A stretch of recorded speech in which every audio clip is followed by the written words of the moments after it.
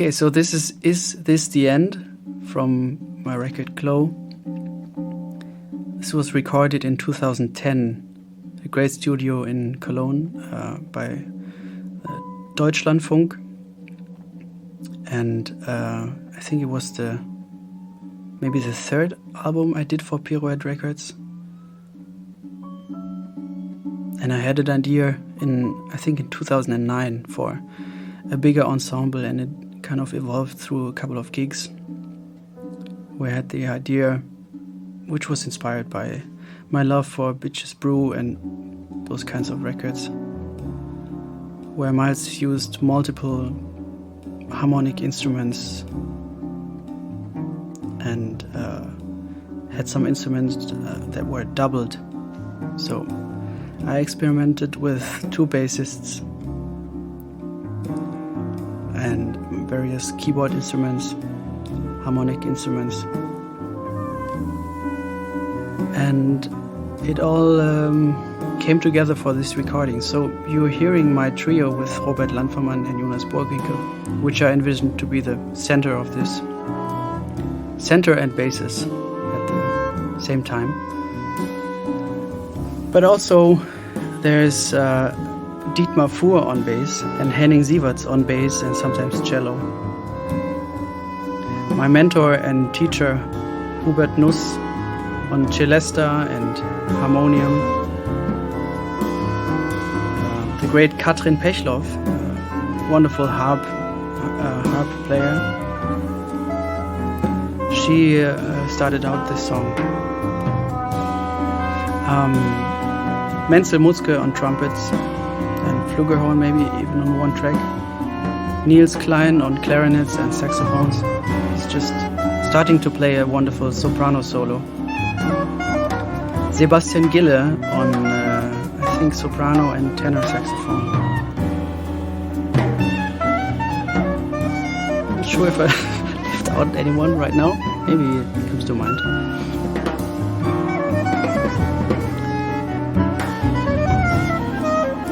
And the idea was to have a big group, but very, very little amount of material to play, so that each of those players can imagine and sort of create their role in any given moment for the music, because there's no real set arrangement.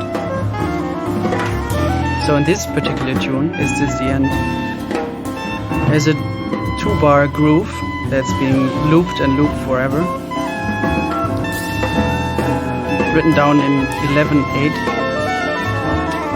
and there's a 3-bar melody. So the melody is never on the same place, because the vamp is 2 bars and the melody is 3 bars. So if you repeat it, it always ends up in different places, but it fits.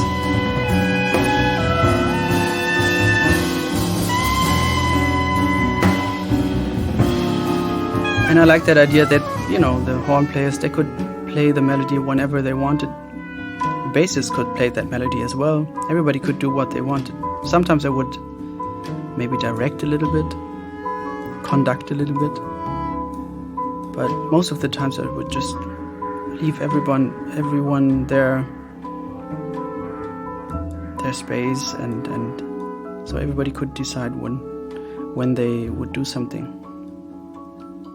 And I loved listening to those players.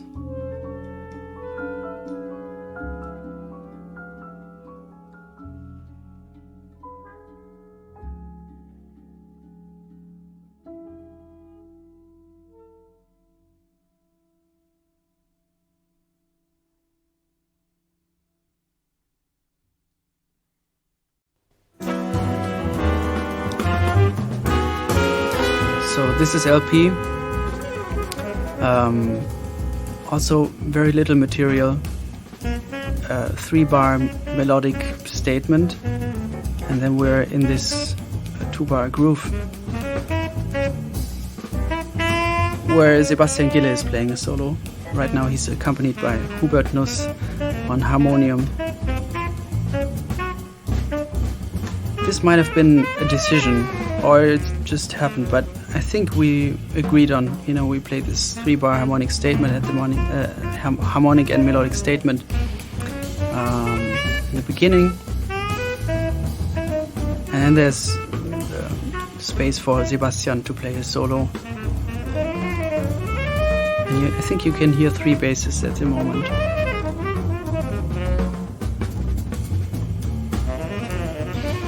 The reason why I chose different or several bassists or several guys who play the same instrument in this setting for this record was that once there's somebody in the group who has the same function, traditionally speaking, in an ensemble, you play differently, because you can't just play the same way like you're the only one. So it kind of forced everybody to be outside of his or her comfort zones.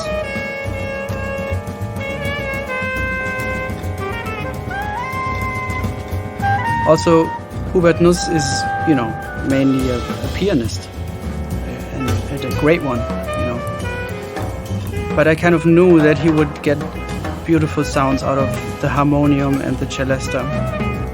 And if he would be there playing all these harmonic things, I would play differently. And also there's a harp, so even more harmonic information for me to play differently on, for all of us. So to get from the first solo section to the next, I wrote a 4-bar melody that I think is played now by the saxophones.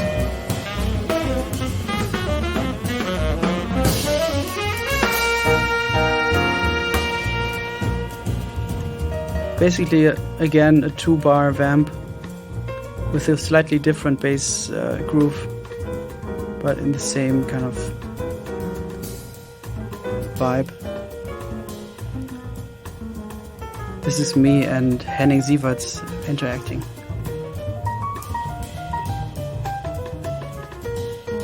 The other basses are serving now in a more accompanying fashion, but I like that everybody had the freedom to step in. I invited everybody to jump in if they felt like playing.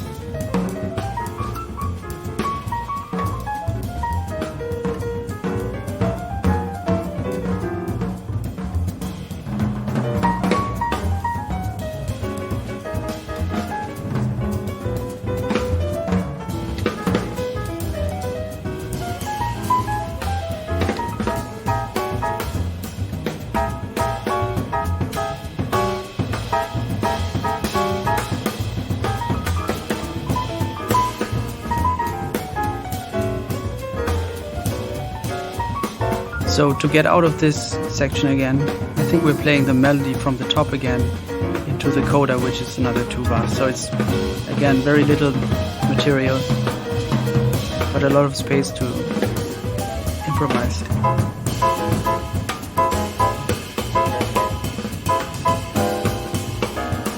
Settling down a little bit to introduce the melody again.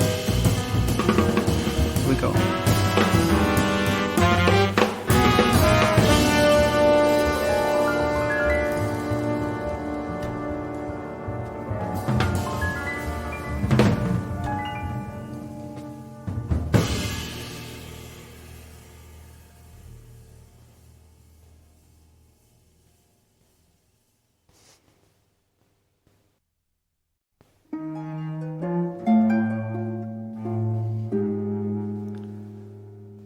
Outer Rim.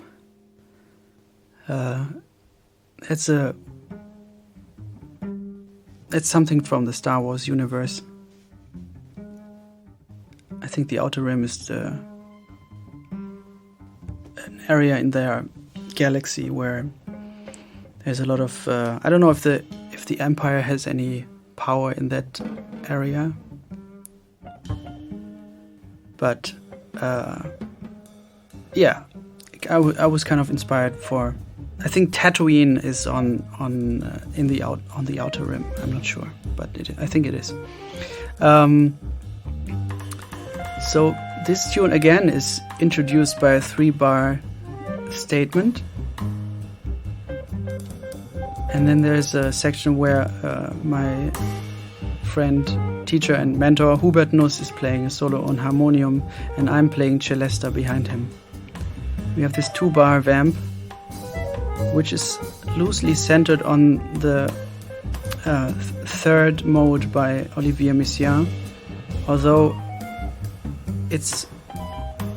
I kind of put it on a note that isn't in this mode, but it sounds nice over this note.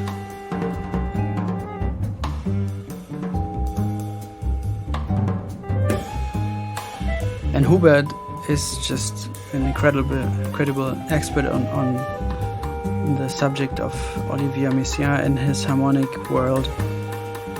So it was easy choice to pick him to play a solo there.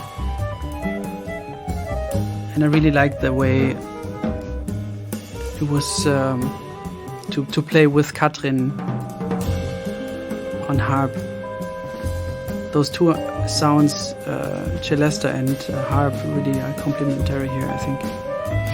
So now there's a background melody that is played by Sebastian Gille and Niels Klein. It's played out of time, and they can choose when they play it. It's just a means to have some extra compositional material behind the solo. There's something for Hubert to play off of.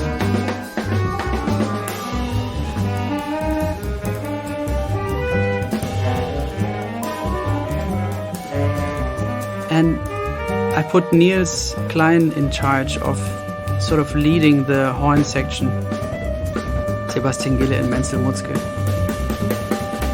Sometimes cueing them, sometimes giving them ideas on what to play or something. Although they could make some decisions on their own, obviously, but I thought it was good to have like a section leader or something. And I told Niels a lot about my ideas for the group, so he kind of knew what I wanted. So I think now we're waiting for, I don't know if they play the melody again or just a little cue that is meant for them to bring us into the next section.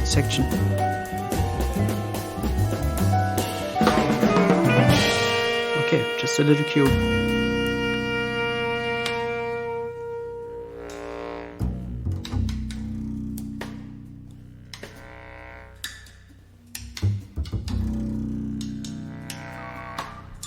And this is a section for Menzel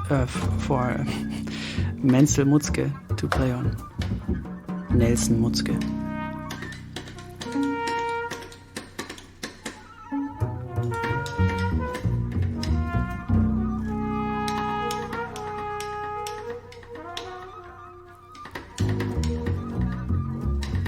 I think that's Henning Sieverts on cello and Robert Landfermann on bass here.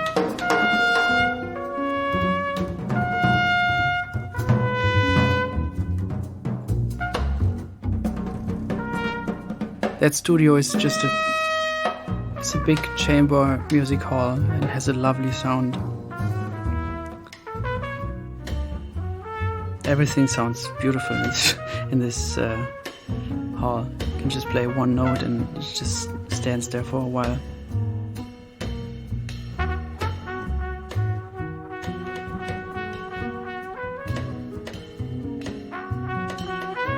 And what Robert is playing at the moment sounds as if it was improvised or not improvised, but composed or set or whatever, but he just made it up in the moment.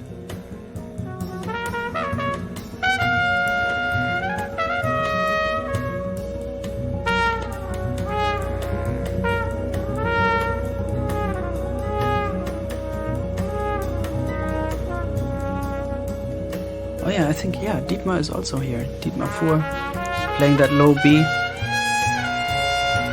I think he was already playing his 5-string, which gave him the low B.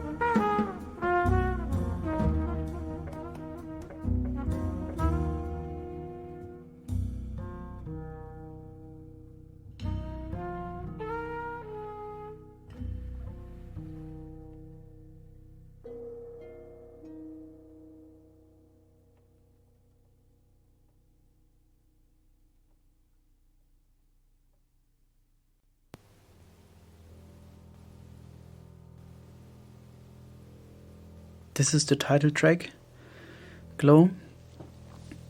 And I think one of the first pieces I don't want to say wrote for this group, because there's just so little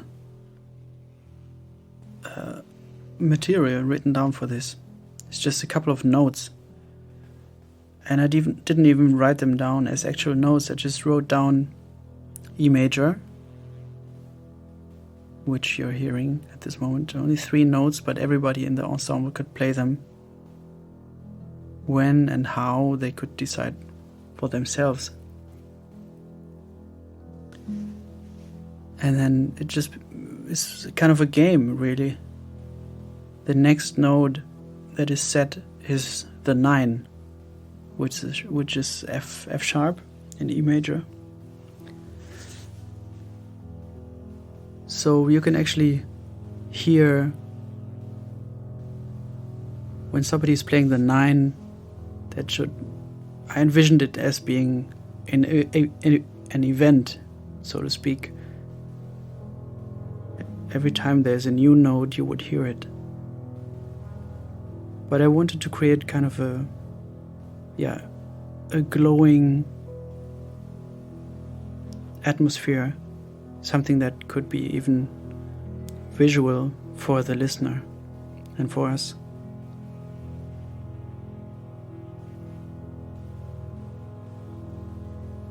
Let's see when the 9 comes and who plays it.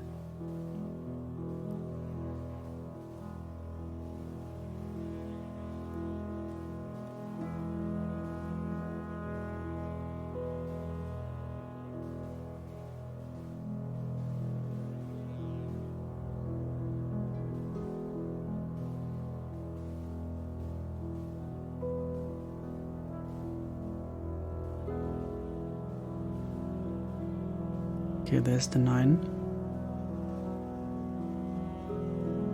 I think this is Niels Klein who introduced that note.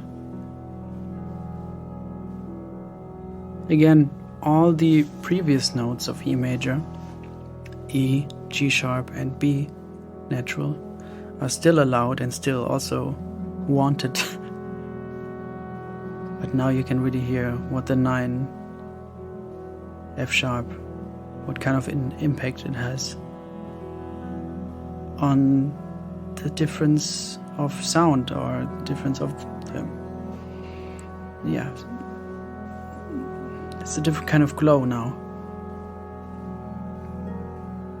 Whoops, Katrin just played the sharp 11, which was supposed to come later, but I love that this, let's say, mistake happened, because I just love little details like this. So now, that's the 6, which is the next note.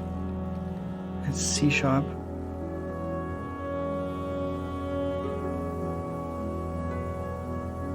So the glowing figure, or the glowing whatever you want to think of, becomes a little bit bigger. The next note that is written down is the minor 7th, so D natural. But now, before the minor 7th comes into the sound, you can't really tell if it's a dominant or not, but now you can. It becomes a dominant sound. I had this idea for this piece, I think on a late night ride home in a car with the trio. I think I was sitting back and looking at the stars. Kind of thought of creating, how to create something that glows with a band.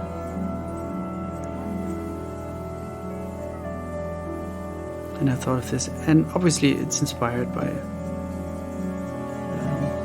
certain kind of pieces. First one that comes to mind is the opening to Ravel's Daphnis et Chloé, a piece that is very important to me. Anyways, the next note is here. That's the sharp 11, A sharp or B flat.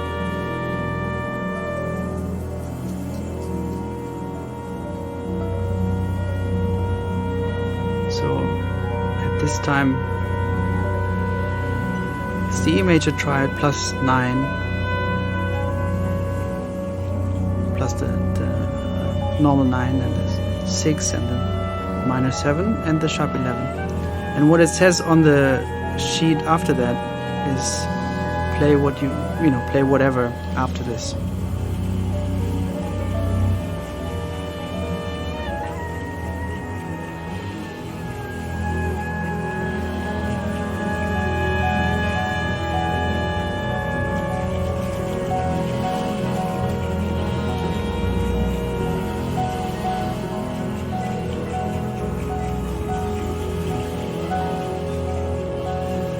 I don't know, I think we're still holding on to those notes, but see when the first notes come that aren't part of those set tones.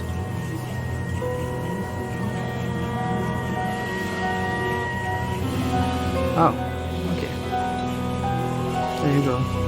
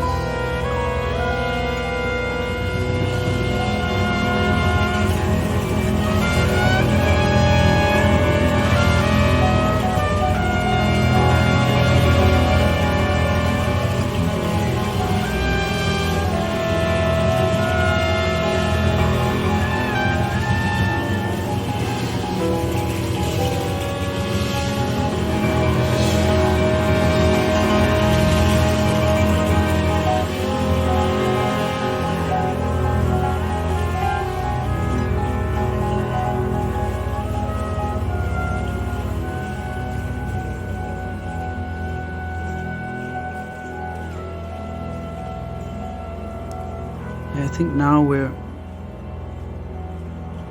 after this little explosion, we're moving backwards again. Maybe not as organized, although the beginning wasn't organized. We didn't, decide who would introduce those notes. It's just a decision. When the next note is introduced, it's allowed for everybody else to be there as well. Now you can hear Hubert's playing on the harmonium. He's still holding those notes, but now subtracting until we're back at the core of it all, meaning the E major triad.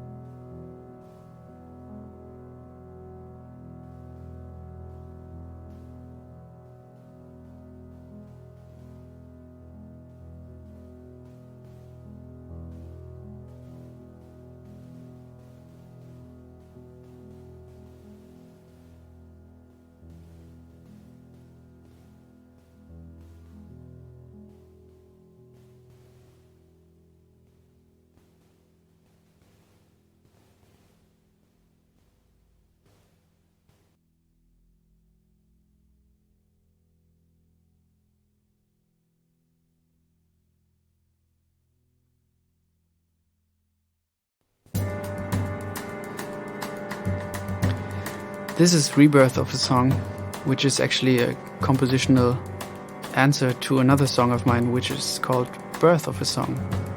Birth of a Song was the first song I wrote for this ensemble, and it didn't make the record, so you only get the rebirth. What you're hearing now is not the song, and I mean, it is, but nothing you're hearing is composed. I just decided, okay, Jonas and Hubert will start. Also this stop and then the saxophones coming in wasn't decided at all. The melody, the composition itself is only 2 bars of groove, bass groove, and a 3-part melody that is only 4 bars long. When this would happen, we didn't decide. I think we didn't conduct or Birth of a Song. Birth of a Song was the first song I wrote for this ensemble, and it didn't make the record, so you only get the rebirth. What you're hearing now is not the song, and I mean, it is, but nothing you're hearing is composed. I just decided, okay, Jonas and Hubert will start. Also this stop and then the saxophones coming in wasn't decided at all. The melody, the composition itself is only 2 bars of groove, bass groove, and a 3-part melody that is only 4 bars long. When this would happen, we didn't decide. I think we didn't conduct or cue somebody. It just kind of evolved. And I love this because I'm not playing right now. I'm just listening to the ensemble. Maybe I'm joining now, I don't know. No. But everything that's happening, everybody is playing sort of in a compositional way, very clear.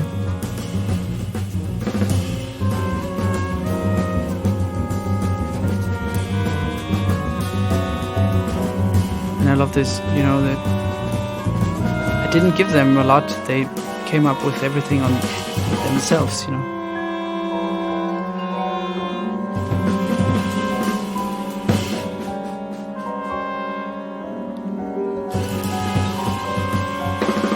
Also, this is not the tempo of the song. We just have to get there. Oh.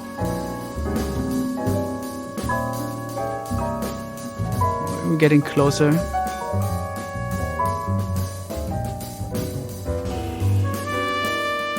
Okay.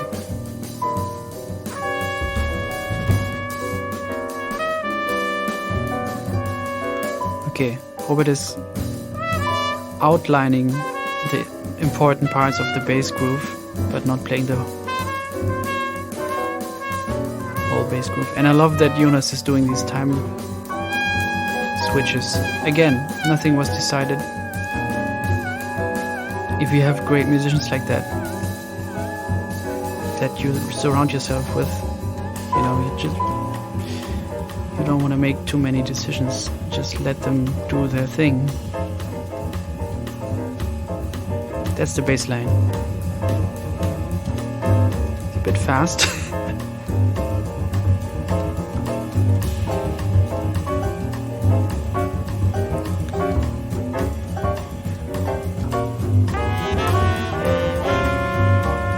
That's the melody part.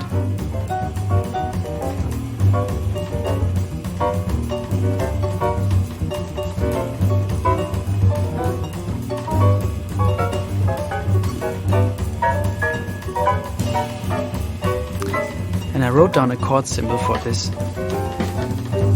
but everything we're playing is, a bit far away from that. It's just a starting point, maybe. Until now we have only heard the melody part once, and I think we're ending with the melody.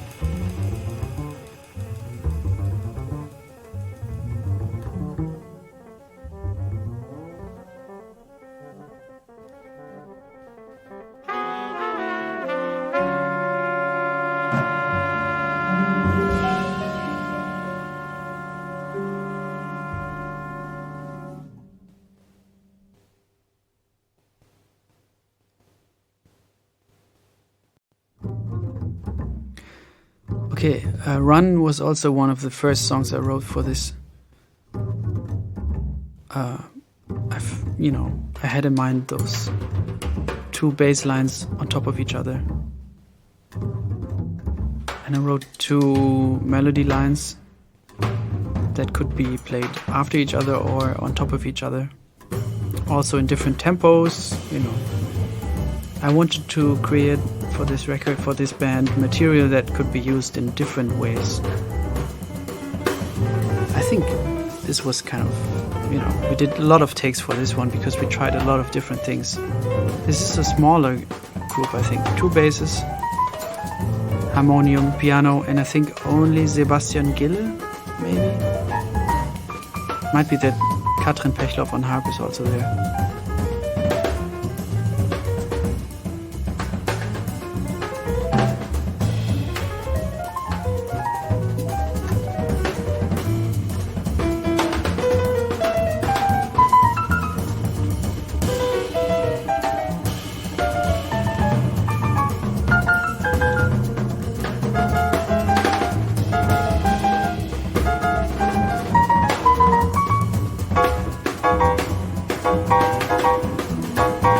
Also, I didn't write down any harmony for this. Somehow the harmony is clear. I mean, it's clear what's meant for the musicians.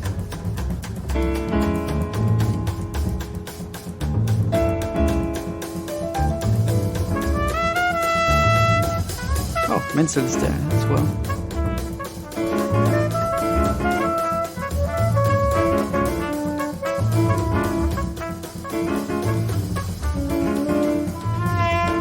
Playing around with melody 1. Okay, so it's the full ensemble. I just realized that now. I haven't listened to it in a while. I don't think we're playing melody number 2. And I think it's over now.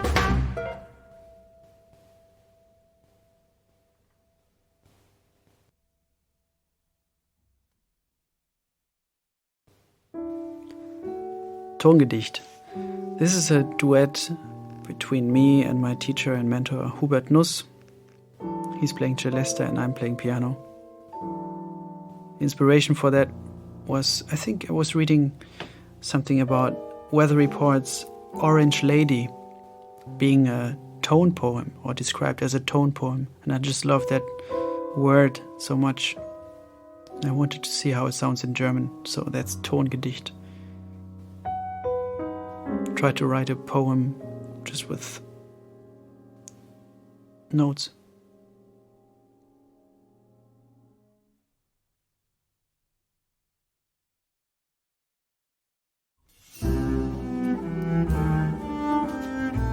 Okay, Secret was meant as a feature for Henning Sieverts, who is not only a great bassist but also a great cellist and can improvise on that instrument.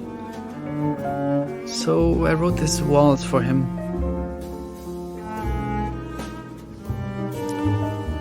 And this waltz is just, a piece that we could have played with a trio also, but we never did.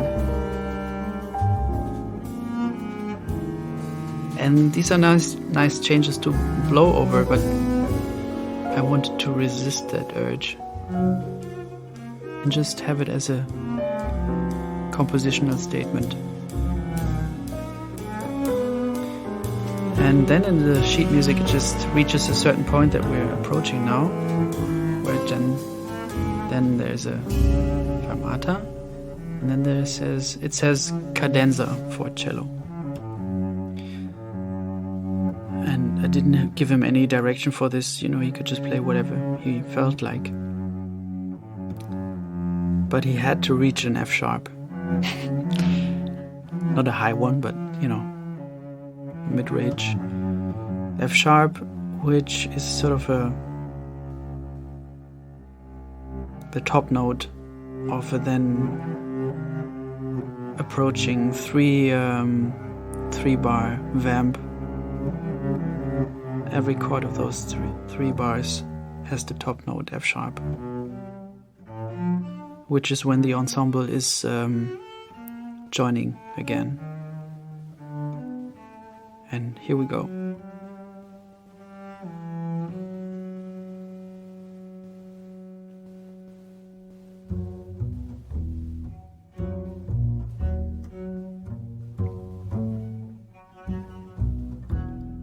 Robert Landvermann and Dietmar Fuhr are joining, and now is Jonas Burgwinkel on drums. Return.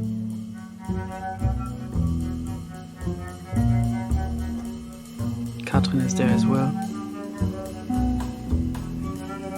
And I think the horns later play those three note voicings.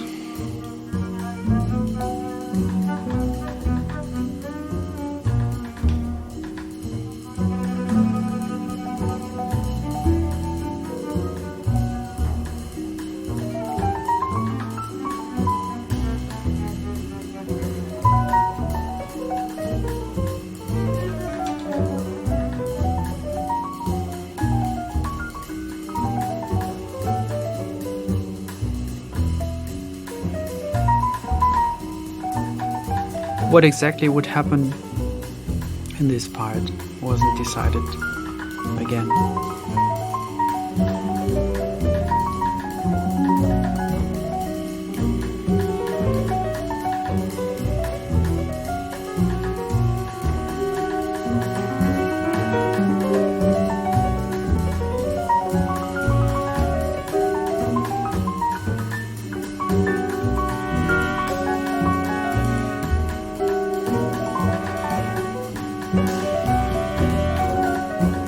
I might have said to Jonas that he should stay on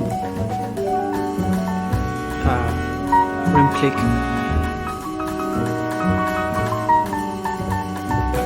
I'm not sure.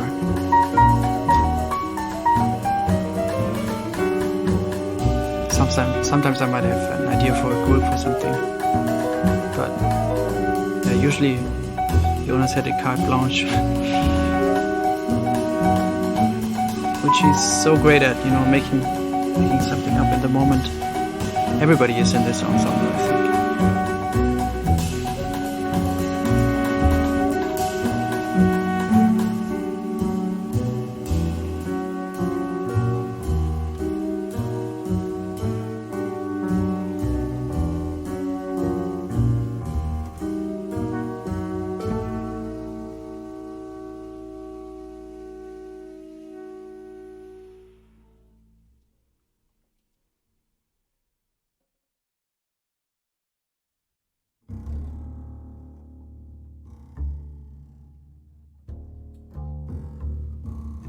This is a song that wasn't written by me, but written by a great guitar player from Hamburg called Sandra Hempel. She's a player that I really admire, and I first met her in Hamburg also, I think, playing with Sebastian Gille, who is also in the Glow ensemble on this record. Sebastian invited us both to play with him at a little concert series, and everybody brought tunes, some standards, some originals. And Sandra brought this tune, and I really liked it. I really liked the open vibe of it and the different ways you could approach it.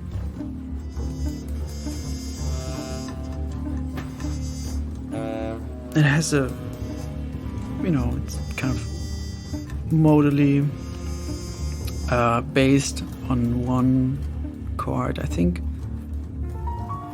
or two chords. I don't have the sheet music anymore, so I'm basically reacting to this as we go along in the moment. So, but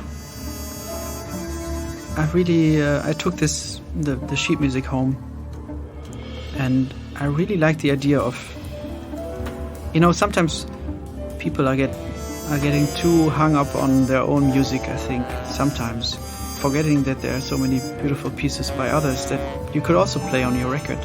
And I always liked that, Miles playing Jimmy Heath's Gingerbread Boy or something. You play something by your friends or your colleagues, even if it's quote-unquote your music. there's a piece I like, I will play it. And I still have the idea of making a record of just the music of my friends, that I played in different contexts. I might do that one day.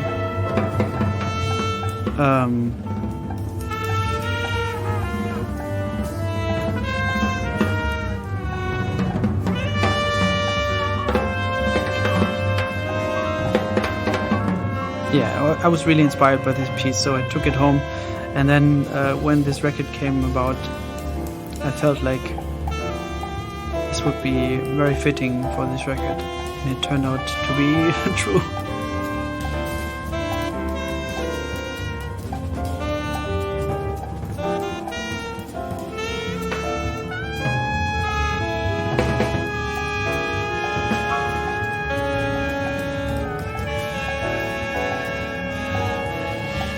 Kind of a mantra for this album, for the recording session, was always only play something if you hear something. And we kind of said it before each track, before each take.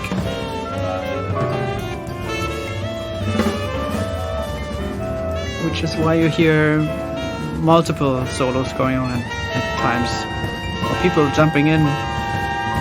I wanted to have that freedom in this band.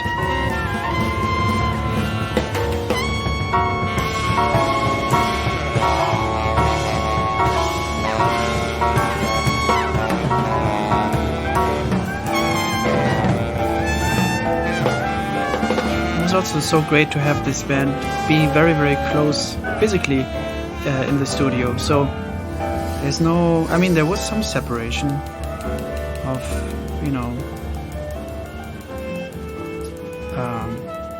some walls. I don't know the words for this, but we were all in the same room with some separation. But we could basically play, most of us, without headphones, which was great. Maybe little monitors or something. I always prefer that.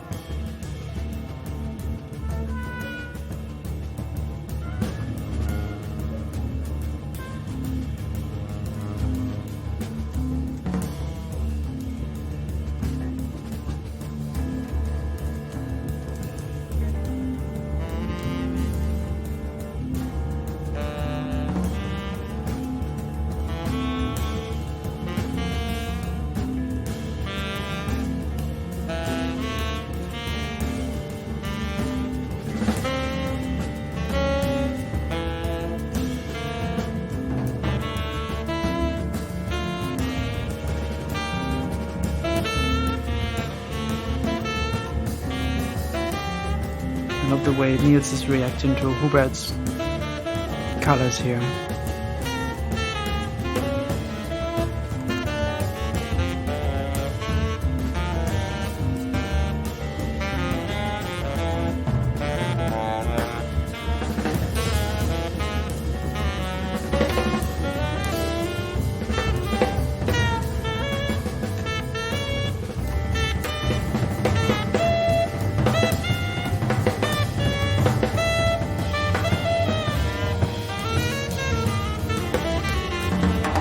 This time there were a lot of bands inside of Glow that were happening at the same time. So Niels Klein, Robert Landvermann and Jonas Burgwinkel and me were also Niels' quartet.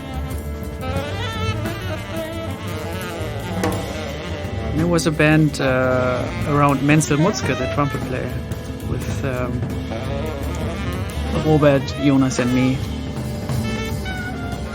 And Christoph Möckel, who's another great saxophone player.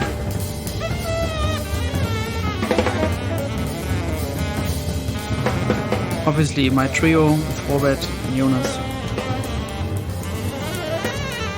And Dietmar Fuhr, the other bassist, and Niels Klein had a lot of history of playing together. Also playing together with Jonas in Frank Wingold's, another great guitar player. Frank Wingold's quartet. Robert ended up playing in Katrin's trio which is one of my favorite bands.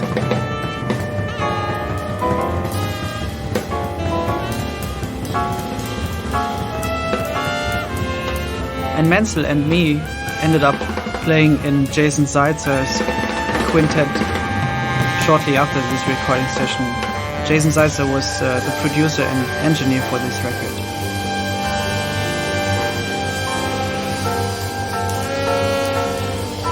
Later years, Menzel asked Dietmar Fuhr and me to play on his debut album, which was just released. And we recorded in the same studio like this. This band only played live a couple of times because, you know, it's obviously a big band like this. It's not a big band, but a bigger ensemble like this is hardly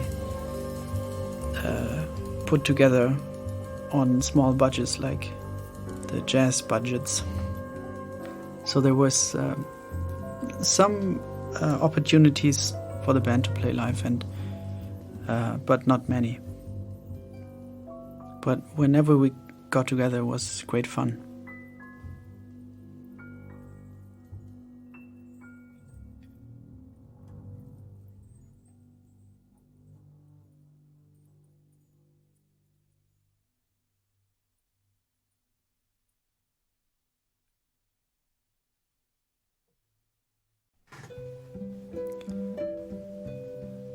Wiegenlied is a piece that I have known for a long time because it was written by my father, Peter Held, who is a great piano player and composer. And this piece was written sometime in the 80s. And I've probably heard it a lot of times as a kid. And there's a beautiful solo recording of it by him. And I had a recording of it, that he recorded himself from a live recording. And I just love that recording. And on different other records, I have played his pieces because they're very, very dear to me, obviously. And for this tune, we decided a couple of things before. So it was said that this would be a duet trio of harp and celesta and cello until a certain point, which we've reached now, where there's a solo section, a solo spot for Katrin and everybody else who wants to join in. There's a spot for the harp to shine.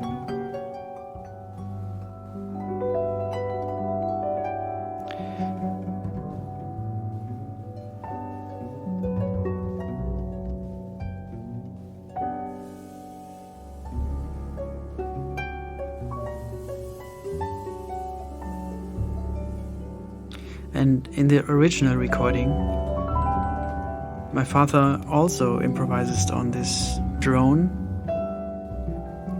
solo piano, and then he comes back to the theme. The theme is written, I think, in it's in C major, I think. And to me it felt a little bit like I want to go somewhere else after this solo. So we are playing the melody and the theme again in another trio, I think, or duo maybe, I don't know, celesta and piano in B major, so half step down.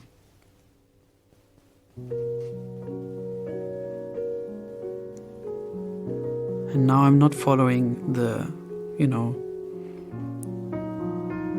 actual written notes and playing more kind of a freely, harmonically, a little bit more free version of the piece.